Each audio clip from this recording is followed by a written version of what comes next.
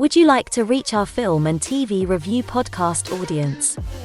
Do you have a product or service of interest to film and TV home consumers or followers of the entertainment industry? Have a film or show production to publicize? For affordable price plans for all budgets, get in touch and find out about our introductory advertising options. Reach our audience of film and TV viewers and visit our site contact page at filmandtvreview.com, or you can email us at business@filmandtvreview.com. Reach out today.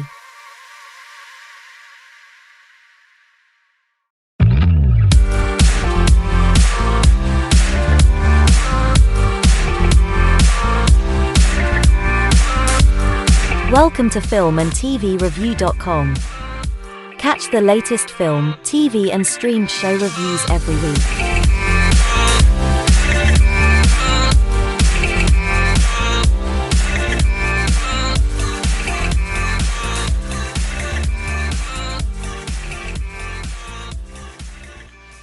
The views and opinions expressed by the authors and those providing comments are theirs alone. They do not reflect the views, opinions or position of filmandtvreview.com or their respective parent companies or affiliates.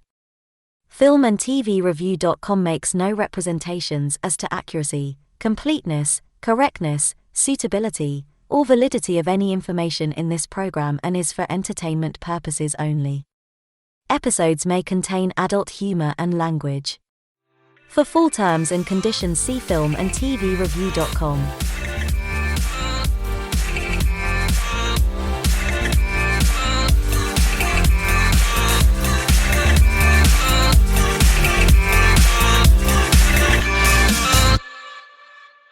Welcome to this week's roundup of the last month in film and TV. This week we'll be covering Dangerous Animals, Party Un Jour, Hurry Up Tomorrow, number 1 on the call sheet. We took a look at how the last Doctor Who series ended recently, and of course a 25th anniversary of X-Men was released this week. Okay, so let's begin. Dangerous Animals, James. This seems a strange premise. A surfer, Zephyr, abducted by a shark-obsessed serial killer who uses humans as bait. Yeah. Comedy horror? No. So horror, not so much of the comedy. So this is actually, I'm not sure where it's set, because I think when it starts, you've got 3 characters, an Australian.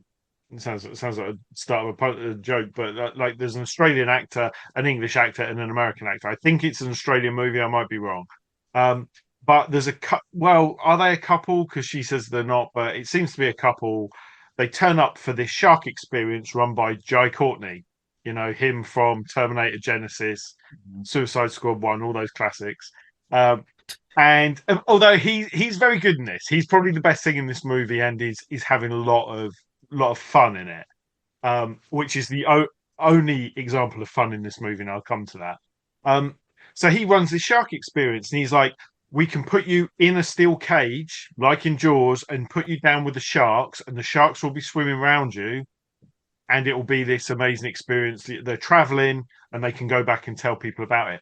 So they go and do that. And you think anyone who sees Jaws wouldn't do that, but they go down, and they're lifted out, and the sharks haven't eaten them. It's all fine. Jai Courtney then kills the man, and the credits roll. So this is all pre-credits, right? So he's now keeping the woman for himself. Cut to somewhere else in America or Australia, I'm not sure, but there is a young woman. She goes on a date. She's sort of seeing this guy. She has a one-night stand, not sure whether to see this guy again or not. She then gets abducted by Jai Courtney. And then the whole film is kind of about her trying to escape from Jai Courtney, this insane guy who has been bitten and survived a shark attack as a child, and now seems to get off on abducting people and dropping in the water to let them be killed by sharks. Insane premise. So it's kind of like if Eli Roth had directed Jaws. It definitely feels like a very hostile premise. So Jai Courtney is crazed in this. It's a very effective horror. I will say that. It's a weird thing to say that you enjoy, though. Like I've seen the amount of reviews I've seen on this on Letterboxd that people go, "This was fun. This was fun." If you think this film's fun, I don't want to speak to you. What are you talking about? Like it's really like if someone's favorite four films were just all the Hostel films, you'd be like, what's wrong with you though? Like I don't mean that as a bad thing. Like if you want to watch a good horror, this is a good horror. I don't know how people are describing it as fun though, because it's kind of a little bit disturbing. But that's what you want from a horror, right? But it definitely not horror comedy.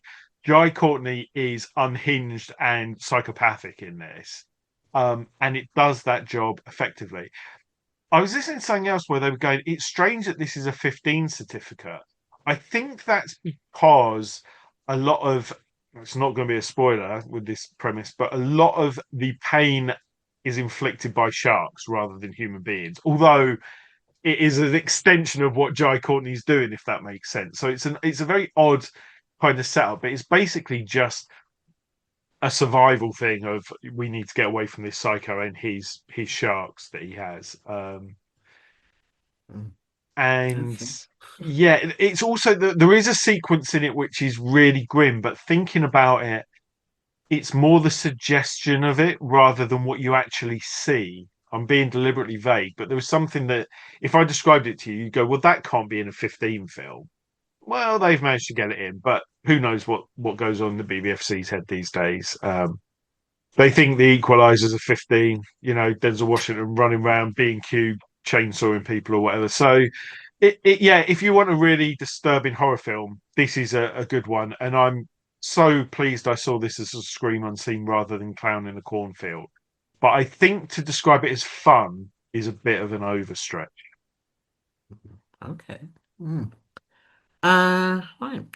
Richard, next. The title, Partir un jour, is that a French film or Yes. series? I don't know. What's the premise Yeah, of yeah, this? yeah. Yeah, it's a French film actually, Partir un jour. It was on opening night in, I believe, in Festival de Cannes 2025. Small indie movie that I could have missed if I wasn't told it was amazing by some friends of mine to say, well, you like movies, you should try, etc. It's At first, when I look at the poster, I didn't know anything about the movie. I was thinking, okay, that's another French movie with all the cliche stuff and all the bad stuff that you have seen 1,000 times. And no, there is it's a very it's not very nice indie movie. Kind of to try to sum quickly what it's about. It's about a character, female. The main character is a girl who is in her 30s and lives in a big city, in case Paris, and she has become quite a successful chef. She's about to open her own restaurant. She has been actually kind of the winner of. I'm trying to use actually an English version of it. MasterChef. Is it MasterChef? Well, Yeah. yeah, kind of the French version of MasterChef. It's called Top Chef in France. And so yeah, but she has also difficult. So she's kind of on a professional level, it's going very well, but on a personal level, she's in a on and off relationship with a guy. She just found out she's pregnant, and she's not sure that she is the one actually she wants to spend her life with. She's definitely lost touch with her parents. She has no connection with her parents anymore. But she's kind of, because she's feel forced, not forced, but she's trying to actually to reconnect with her parents. So she goes back to her hometown in the middle of nowhere in France and see them for a weekend, her parents, and to try to see how they are. Her plan was not to reconnect with them, but the whole movie, it's only a 90 minutes movie. The whole movie is her kind of, again, it wasn't on purpose, but in a way she will walk down memory lane by getting to know once again her parents, let's say, and reconnect with some childhood friends that she has left behind when she went to Paris to become that successful. So we're gonna say maybe there's nothing new here. You have seen it before, but it's really well done. I said when I left, I said it reminded me of Garden State, the movie by Zach Braff with Natalie Portman, which I found. I think it was 20 years ago. I found it was a very lovely movie, very decent movie back in the day. And when I compare it to this, it's a good sign. You definitely, obviously, when you are in your 30s or 40s, you understand a few things that she's going through, and also the fact actually that you have left some friends from middle school and high school, etc. So obviously, you connect easily to the character, and the fact actually that it's a musical. Actually, it's not only a drama, but it's a drama. It's quite emotional sometimes, but it's also a musical. But they sing a lot of French songs. Sorry about that, by the way. If if you ever see it, it's a lot of only songs that are only known in France. By the way, Partir un jour was kind of a terrible, terrible French song by a boys band in the early 2000s. So that's why it's called like that, because actually she was a big fan of this boys band when she was like 12 or 13 years old. So it's pretty funny that actually she chose this as a title of the movie. Anyway, so yeah, there's a lot of 90s and 2000s songs that the actors and the actors obviously sing in this movie. I said it's very light-hearted. It's a nice little indie movie. I can't understand why it was chosen to open Festival de Cannes. It's to give you a good mood, let's say. And I hope actually that people might see it abroad as well. Right. Okay, thanks, Richard. Next, Hurry Up Tomorrow. James, you saw this. Kind of musical theme to this as well. What's There is. I'd like to start by saying that. So this is a film by The Weeknd, the musical artist The Weeknd. I'd like to start by saying I think the Weeknd is a really good pop R&B artist, one of the best pop and R&B artists of the last 10 years. I don't think anyone would argue about that. He's really good at music. This is his film. And I think the best way to describe it is to say in this film, The Weeknd plays The Weeknd, and he doesn't play The Weeknd very well. It's kind of a vanity project. I sort of enjoyed it. So it's been famously, it's not got very good reviews, this film. And I still went to watch it. And basically the plot is The Weeknd is doing concerts, but he's going out with Jenna Ortega, who's not playing Jenna Ortega, by the way. She's playing his girlfriend, and his girlfriend is mental. His manager is Barry Keoghan.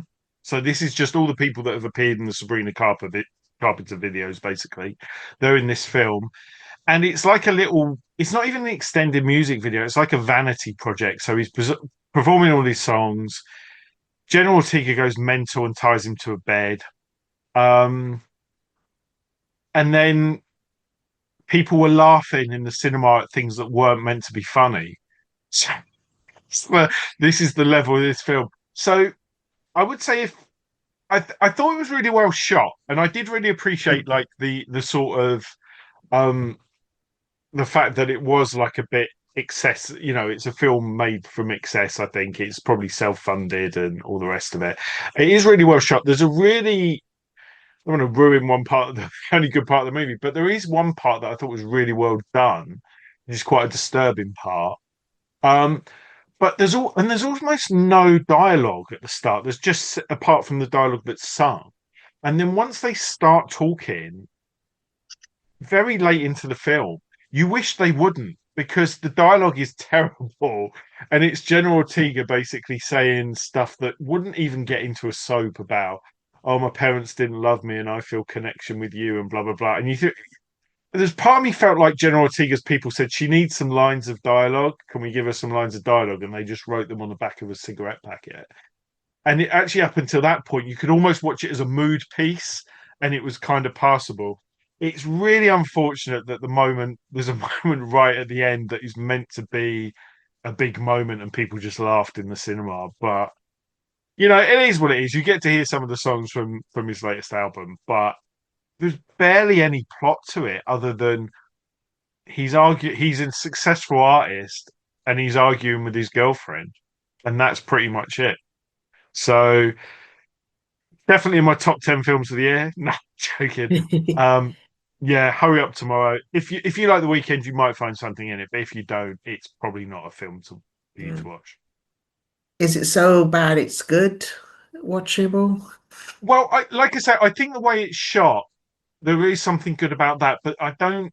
Yeah, I don't know really. And it was good because I saw it on a really, really big screen, and that probably helped it. I think actually on streaming, I might have fallen asleep. To be honest with you, I. Yeah, I think there is a curiosity though in when we're talking about bad filmmaking. Sometimes it is interesting to see something.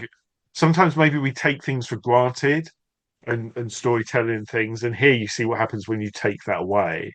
But I don't even know if there was a script, to be honest. I'm being quite harsh, but yeah, it was okay. It was what it was. All right, thanks for that. Next, number one on the call sheet. I think Jamie Foxx leads this. Alfonso, you saw this. Yeah, it's a two-part documentary produced by Jamie Foxx. It's about actors, black actors and actresses who have been number one on the call sheet. I mean, the most relevant, the stars of Hollywood nowadays and in the past decades. And it's a two-part because the first part is dedicated to actors, the male actors. And it's one of these talking heads documentary, but you have everyone there, and it's very comforting, wholesome. I don't know. It's for people who like movies. You have everyone talking about how they got to raise in the ranks of actors in Hollywood, how they got their first protagonist to be the first movie where they were number one on the call sheet and what it meant to them, and it's interesting to see how they talk about who preceded them. There are lots of clips from films also in this two-part documentary, and if you like Hollywood and films and black actors and actresses, of course, I recommend it because it's a good watch. In the first one, you have like everyone. You have Denzel Washington, Dwayne Johnson, Morgan Freeman, Will Smith, Idris Elba, Eddie Murphy, Lawrence Fishburne, Daniel Kaluuya, Morris Chestnut, John Cheadle, Ice Cube, Marlon Wayans, Martin Lawrence, John Boyega. Well, lots of people. This is in the first part. In the second part, you have Cynthia Erivo, Taraji P. Henson, Angela Bassett, Viola Davis, Halle Berry, Octavia Spencer, Tessa Thompson, Whoopi Goldberg, lots more, and it's very nice because you kind of like all those people, and they tell you what it means for them being one on the call sheet, how it was on purpose, for how Hollywood has changed, what kind of films gave them the possibility in the 90s, mostly in the 90s and from the 90s on, to be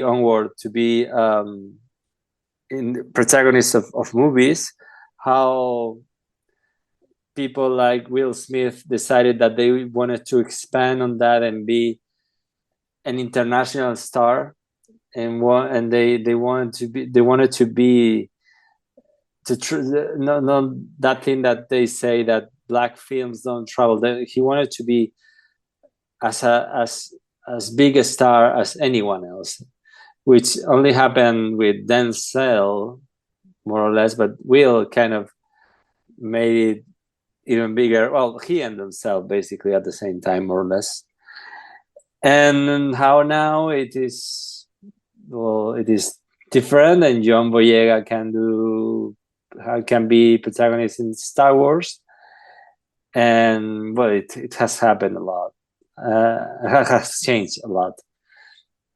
Daniel Kaluuya, for example, and many others who now are, and they talk about how Black Panther was another like one of these films that kind of sets a new standard of what a movie with all black cast can be and be successful everywhere in the world. And I don't know, I think I enjoyed very much listening to them as they talked about how it had changed for them over the years. Okay. Where is that on, Alfonso? Apple is that TV. Netflix? Apple TV. Right. Okay. Thanks for that, Alfonso. Next, I think a long-running show which came to its season finale, maybe in more ways than one. That was Doctor Who, series 15. Katie Gutworth and also T. Davis seem to have now come to the end of their run. And surprisingly, I think it's only been 2 seasons. I watched this. Fonzo and James, you two watch this. It's quite a lot more headlines online about this show than maybe the show itself, but I did watch it with an open mind, and it seemed some interesting episodes there. James, what's your take of this very short season? They But are I guess they are shorter runs, and I suppose it starts with Joy to the World, which is was the Christmas special, so nine episodes, down from when this come back in 2005, they were 13 episodes plus a Christmas special. But there was maybe an element of filler going on in some of those earlier ones, so I kind of like that they've reduced the episode count. And I think oddly for particularly Russell T Davies sort of 2 eras of Doctor Who, I think there's been some really strong episodes this series, and maybe the weakest two were the last two, which usually doesn't happen. Actually, one of them, maybe, I don't even know if it's criticism, but an observation is that because he was so good at putting an arc in, sometimes you would stop really paying attention, I think, as a viewer to some of the other episodes, waiting to see where this all led at the end of the series. And obviously, we've had the Miss Flood arc, which has threaded through since the start of Shooty Gatwa's episode, I think his first episode, Christmas special, and that they have paid that off.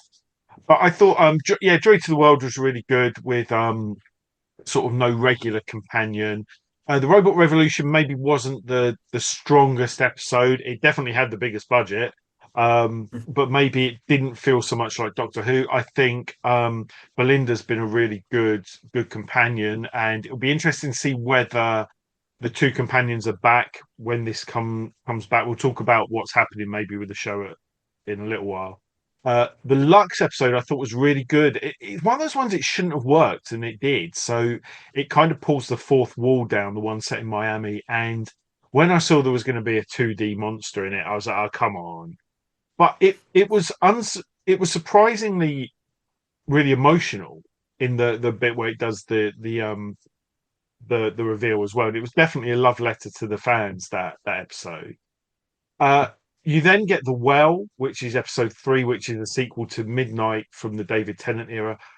I watch a lot of horror, and I jumped twice hard in this. I thought this was really good, and this is an example where it's probably one of the lower budget episodes, and I think that Doctor Who does this really well, is when you strip all its budget away and it's got to be more creative.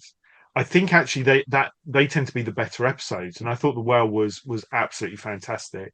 I really like the satire of Lucky Day, which it's weird that we're still having Dr. Light episodes. So we always used to have, for any non-Whovians, I apologise, I'm going too geeky.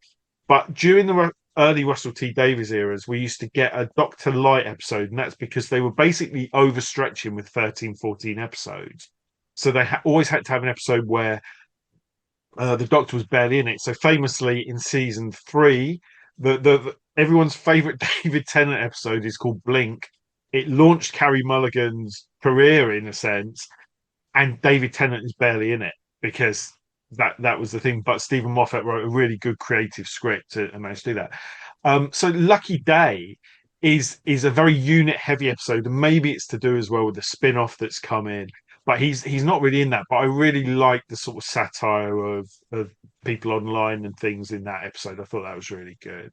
And then tying in a bit to the documentary that Alfonso was talking about, but we have the story in the engine, which is predominantly black cast. In fact, I don't think there's any white cast members in it. And we get a return of the fugitive Doctor, which I did not see coming, the wonderful Joe Martin. So I thought those episodes were really... Oh, and I've almost forgotten, the Interstellar song contest is probably the most Russell T Davies episode of the lot. That he knew this was going out on Eurovision night, and he did this episode that feeds into it. It's a lot of fun. UK celebs like Ryland and Graham Norton appear in it, and an appearance from Susan Foreman, the original companion from 1963, which they need to revisit because that wasn't tied up at the end of the series. I thought that one was really, really good episode. And also you got a darker Doctor, because this is always the thing that's worked quite well since the Sylvester McCoy era, is have them light at the start and then show them go a bit crazy towards the end. And Belinda has to stop him going too far in this episode. So yeah, I thought it was a really good start, and then the last 2 episodes maybe they felt a bit rushed, or maybe they weren't sure what they were doing. But there was a lot of things competing to pull together at the end. But it feels weird to talk about it as an era. It feels like it's only just started and it's over already. But and of course, Ncuti Gatwa, the only Doctor since Paul McGann not to face the Daleks on screen, although I'm sure he will at some point in audio or something. But it's been a mixed bag. I know some people hate it. People hate it that still watch it. And Russell T Davies gets a lot of flack. I do think though, I like the fact that he does put his stamp on it. He makes it feel like if this was in someone else's hands, it would be different. And I kind of like that. I don't want stuff that's very cookie cutter. And I know you could still argue that there are things that are repeated from maybe his classic era, but he definitely does it his way. And I feel like he does have something to say in certain episodes as well, which I do want a bit of that in my sci-fi. I do want a little bit of commentary on the outside world. So I enjoyed it. It had the most bonkers ending. So I literally said, no way, when the final shot appeared, which we'll probably talk about at the end. But yeah, it'll be interesting to see where it goes from here. I did think this would be the last series as well. So I did think that it would end, but I think that is definitely not going to be the case now. There will at least be something, even if it's one more special, there will definitely be one more thing. But I think the BBC will probably find another co-partner for it if Disney don't stump up the money. Although maybe they will, and they'll just stump up not as much as before. We don't know. Yeah. As an outsider or really to a newcomer, Alfonso, to Doctor Who, did this make any sense to you, this show, or did you watched a few episodes? What was your take on Doctor Who, or what you experienced of it anyway? Yeah, well, basically I have started with these 2 seasons of Ncuti Gatwa as the Doctor. Those are the ones that I have watched. I enjoyed very much this show because it's very different from any other show basically that's on TV. It's or streaming. It's quite imaginative. Each episode can be totally different from the previous ones. Almost like a mini movie in itself, and it's lots of fantasy but also science fiction, and it has this, it's very big in scope, but it doesn't have it kind of knows that the audience doesn't expect expect that everything is going to be like amazing effects. So it kind of plays a little bit with that, and I find it. I don't know. I think it is tender. It's a tender series. It's for everyone. It has lots and lots and lots of diversity. Everyone is included. Especially, I admire how many roles for older women, but I mean over 50 or even 60. They are represented in different roles. And I don't know. It's just it has a little bit of everything in tone wise also. And if you may not like one episode a lot, you know that maybe the next one you will like it a lot. I like how you never know what to expect or when in history or what planet will it be, or and I don't know. I think it's just a triumph of British imagination, I would say. Yeah, a bit of a pick and mix, certainly, even more so in this series. Or if you don't even like this Doctor either, you can just go to the back catalogue and have a look at all the other Doctors that's spanning from 1960s even. So, that's the whole point. That's the whole, I think it's longevity or series in the past has, helped it. It's that it changes the face of the Doctor or the actor playing it or actress, and everyone finds their own groove or era, and so it goes like that. So I mean, yeah, I think maybe with this one it will happen as well. I think it's we'll go to rest for a bit and then we'll see what happens. It always gets reinvented with a new actor and actress taking on the role. And so I think that's probably why it's not a goodbye for a while with this series. But with Disney money or not, I think its strength is in the less money it has, the more it kind of delves down or digs down into a kind of like a character drama or tense, either you can go from horror to comedy to fast to different genres, fantasy, sci-fi, and all that. So and that's when you really have to go and lean on the writing there, and sometimes are the best episodes. So yeah, there was a think bit of a when it reveal come at the back in end. 2005, they used to do on the Doctor Who Confidential, which is now Unleashed. They used to say that there was a tone word for each episode, so they would kind of have one word that would make to give it that different flavor. Mm, Because you're right, Alfonso. It's almost like an anthology show, but there is a connection, which is the guy in the blue box turns up with a woman, and then they're the connection. But you can go from a historical to a futuristic.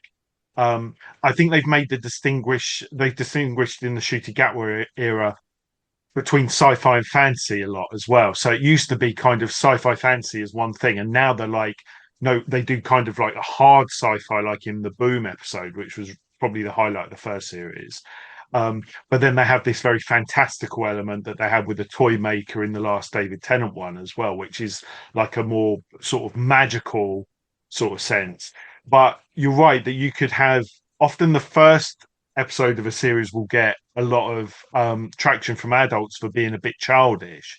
But I think there's a deliberate sense of doing that. They've always done that, even to the first Christopher Eccleston, David Tennant era. They often have a very childish one to start with to try and bring the kids in, and then they go quite dark with the second one to kind of please the adults, and then they do something that's maybe a bit more serious on the third one. And I watched the Unleashed 20 years because New Who has been back, as we call it, back for 20 years. And the one point they didn't really make about the new era is, much as I loved the original, there wasn't really much emotion in it. There was sort of some in John Pertwee's era when Joe Grant leaves, and there was a little bit with Sarah Jane and Tom Baker, a tiny bit, but there wasn't much emotion. And as soon as you get to 2005 with Eccleston and Billy Piper, there is a lot of emotion. So there's an episode where she wants to go back and meet her dead father, and that straight away is like a really, really emotional episode. And the end of the series was like that, and they've continued that throughout. So I think that's the biggest distinguisher for New Who. But with Stephen Moffat's era, I really love it. He's very much more about the plot and the interconnectivity of very clever plot strands. But I felt sometimes that they didn't have the difference in tone as much between the episodes. And I think with Chris Chibnall, it kind of went even more so. And I think that that's a really good thing to go back to, because it does become like a selection box. Like you say, it's like when I tell people to watch Black Mirror, it's like you can't watch one episode of Black Mirror. You have to watch at least two, absolutely two, because you will have a completely different experience watching one to another. And I feel like Doctor Who, when it's at its strongest, it does the same thing. Okay.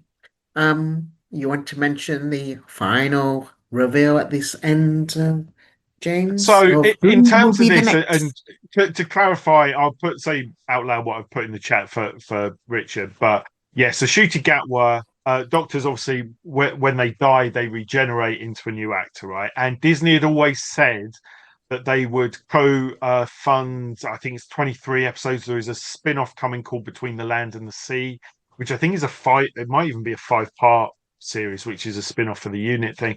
But they're going to self-fund that stuff, and they get the back catalogue.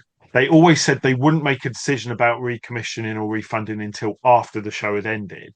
So you're in this odd situation where they can't film. This was filmed like a year ago. It's funny because in the UK there were stories about the BBC have sacked Ncuti Gatwa because of something that happened last week. The behind the scenes show that he left the series last year, and they've kept this under wraps. So they filmed his final episodes. And I know from someone who knows people who work on it that they haven't been shooting. So they're sort of in a position now, even if Disney say tonight, right, let's greenlight this, they've then got to film an entire series and it'll take a year to do it. So they're in a situation where they can't keep an actor, which has never happened before, and they can't really hire a new actor. We've always known who the next Doctor's going to be.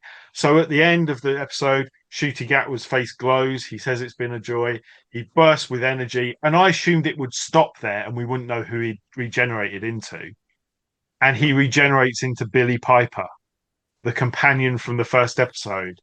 And that is when I shouted, "No way!" And I really wish I was watching it at the cinema. It's one of those moments that you're like, what does this mean? I do think now, interestingly, usually when they do this, they put and introduce. So on the cast, they would usually put Ncuti Gatwa the Doctor and introducing new actor as the Doctor. It does say and introducing Billie Piper, but it doesn't say as the Doctor, which makes me think she is Rose still from the original series. I don't think she is the new Doctor. And I think they will do a special with her, which will then introduce the new Doctor. I think even logistically, by the time we watch the new episode, we will know who the new Doctor is. But I think they're in a position now where they can't hire someone and not know when the start date of the show is going to be, because if it's done with BBC money, it's going to be a very different show, or a slightly different show to what it would be if it was funded with Disney money. But I think, unlike Neighbours, which is another one of my childhood favourite shows from the 80s, that's been axed. Nobody wants to fund that because it's an outdated thing. I think Netflix or Amazon would gladly step up to co-fund this if Disney don't want to. So I don't think they'll struggle to find some form of co-partner in it. But I think realistically, the earliest we're going to get a next series is probably 2020. I mean, 2027 feels like early, to be honest. Maybe we'll get a Christmas special that year. But I think it's probably going to be a couple of years before we see another full series. But maybe a Billie Piper special will tide us over. Have you got a theory on this? What's happened, Jason, with Billie Piper appearing? I know there was some talk on. There was a lot of feature in these last two episodes in the background, little storybooks, because apparently it's the whole world is run according to a narrative of someone reading stories and so forth. But in the background, apparently there are little storybooks of the Rose and something. It was actually hinted there, apparently, if you're eagle-eyed viewers watching, and one says the Pandorica and so forth. So there was hints after the fact, you'll realize when you're looking back, oh my God, yeah, he's telling you that the Rose will be making an appearance or something linked to that. I know there was the 50th anniversary, which had the reappearance of Billy Piper in the form of a AI for a weapon. And we're back to AI again. But I'm wondering if it's some kind of stopgap AI or program or entity that is her face and so forth. But it is a, I think it is. I think even with some interviews with Billie Piper, she says it is just like a. It was she was glad just to do it, and then but there's no kind of long-term plans with her. It's more like a one shot, what's going to be, and then in this special, she's more of a stepping stone to whoever the new actor is. But I think it's just a good step, kind of stopgap mechanism until they find someone who wants to be the Doctor and or what direction this series goes in and when, quite honestly. That's the biggest mystery, really, of not Doctor Who, but Doctor When. And it's more interesting now what's happening with film production and with Disney and BBC, when it will happen, but it will be years in the making. That's why I think we have such a lot of loose threads in those last two episodes. You had the granddaughter there appearing there, and I think there were some rumors that it was reshot here and there the ending or the story threads. So it's something that they'll more of a stopgap and then watch this space. But it is what happens next. I have no idea, quite honestly. Yeah, but I think yeah, that's the real mystery now. Of this show, where does it go and what form it takes. Anyway, yes, but yeah, we'll just watch this space, as you say. Right.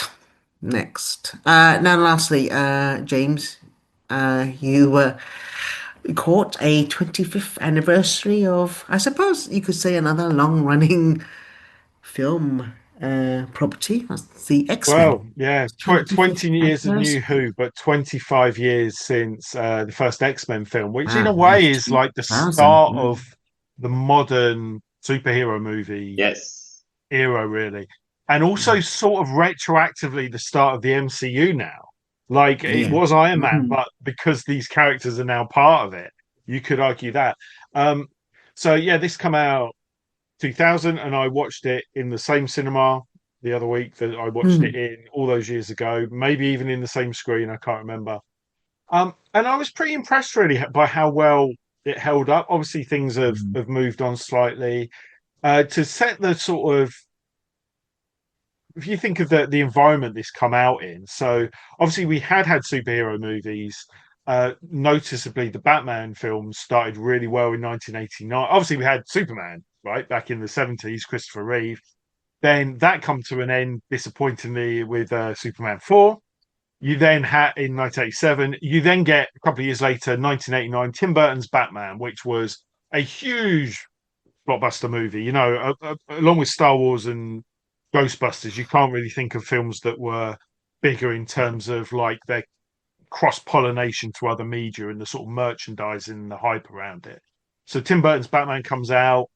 Tim Burton's Batman Returns, very well critically received. Maybe audiences felt it was a bit too dark. Batman Forever. And then it crashes with Batman and Robin. So that's where we're at in 1997. And it feels like superhero movies are maybe over and they're a joke now because of Batman and Robin. And then 2000, you get X-Men, which I think probably the best known thing in the UK was the animated TV series. Obviously, people would have been into the comics, but the animated TV series was a known thing, and also the arcade game from 1992. Um, but you get this take, which is very, people sort of say, "Oh, it's a darker take," but it is. The costumes aren't like garish. There's even a joke in there about what would you prefer, yellow spandex, but you get this group of mutants headed up by Hugh Jackman, who I think was a late casting choice because the Yep. original actor dropped out. And he's really he's the lead of this, and he's fantastic. Although I think Patrick Stewart is probably top billed, and then Ian McKellen, and then him maybe. Um, there's a really great shot at the start where Patrick Stewart is talking to Ian McKellen, and Ian McKellen's completely silhouetted And I remember that shot when I originally watched it, and it sort of jumps out because blockbusters weren't generally that well shot at the time. There wasn't that much thought put into the shots, but it looks like a shot from a comic book. You know, it really does. But it feels cinematic. It doesn't feel out of place. You know, it feels really well done. And you've got this really compelling story. I think really, like, Patrick Stewart, Ian McKellen, and Anna Paquin are acting their socks off in this movie like it is Shakespeare, right? And Anna Paquin is screaming like she is terrified in the scenes where she needs to be doing that. And not everybody does that with, green screen acting and CG acting and sci-fi. I think people do turn up and forget to actually play it for real. But I think it holds up really well. I think, it's like 100 minutes as well, which you can't imagine a comic book movie being 100 minutes now, but it packs a lot in. I saw it not that long ago, a couple of years ago, after the Fox merger with Disney, and there was all the talk about when are the X-Men going to come in, and actually we thought they'd have come in by now. I know that they have been in post-credit stuff, but there was talk about when are the X-Men going to arrive in the MCU. And I remember rewatching X-Men 1 thinking, this reboot won't work because what the film is about outsiders and differences, and the world is a lot more inclusive now. And I don't think this will work. Pressingly, that has changed since I last saw the film. And I think some of the things that have been happening in the world made this film feel really relevant again. Yeah. And actually, it's a sort of double-edged sword. Well, obviously not a double-edged sword, but it's going to be one of those things that actually, when they do reboot it, I think if they do it right, there are things in the real world that they could lean into that make this film make sense. But that was one of the sort of things that I took from the film watching it this time, is how things have changed in a very short space of time, it feels, and have maybe gone backwards. But as a piece of entertainment, I think it stands up really well. There's a lot of practical effects in it, but they're all really well done. And people are treating there was a couple of jokes in it, but it's really treated with the gravitas that it needs. A bit like really with Thunderbolts, that there's enough in it. There were jokes in Thunderbolts, but the emotional stuff they took seriously. That's the fine line you've got to walk, I think, with superhero movies. You can't just make it all jokey because it becomes meaningless. And I think it's a really good template that it's set for what was like an unbroken 20-year period of pretty much every superhero movie being good. I know there were some stinkers in that time, but we really had 20 years that was a golden age of superhero movies, and I think it started with this movie, really. Yeah. Okay. Yes, it's good. It did hold up, actually. As you say, it's a lot of good performances. I think it, when it comes down to those really strong superhero in the genre, it really leans on the strength of a central or a few performances in it. And you got such, as you say, great cast and very accomplished actors in there. So you can see the confidence already in that, in its DNA already. So yeah, I'm good. Thanks. Right. Well, that brings us to this episode, end of this episode of this month. Thanks to Andrew, Alfonso, James, and Richard. And for you listening, see you next time. We hope you enjoyed this film and TV review.com episode. Catch the latest film and TV reviews, together with regular episode content from the world of film and TV every week. See you soon. Would you like to reach our film and TV review podcast audience? Do you have a product or service of interest to film and TV home consumers or followers of the entertainment industry? Have a film or show production to publicize? For affordable price plans for all budgets, get in touch and find out about our introductory advertising options. Reach our audience of film and TV viewers and visit our site contact page at filmandtvreview.com, or you can email us at business@filmandtvreview.com. Reach out today.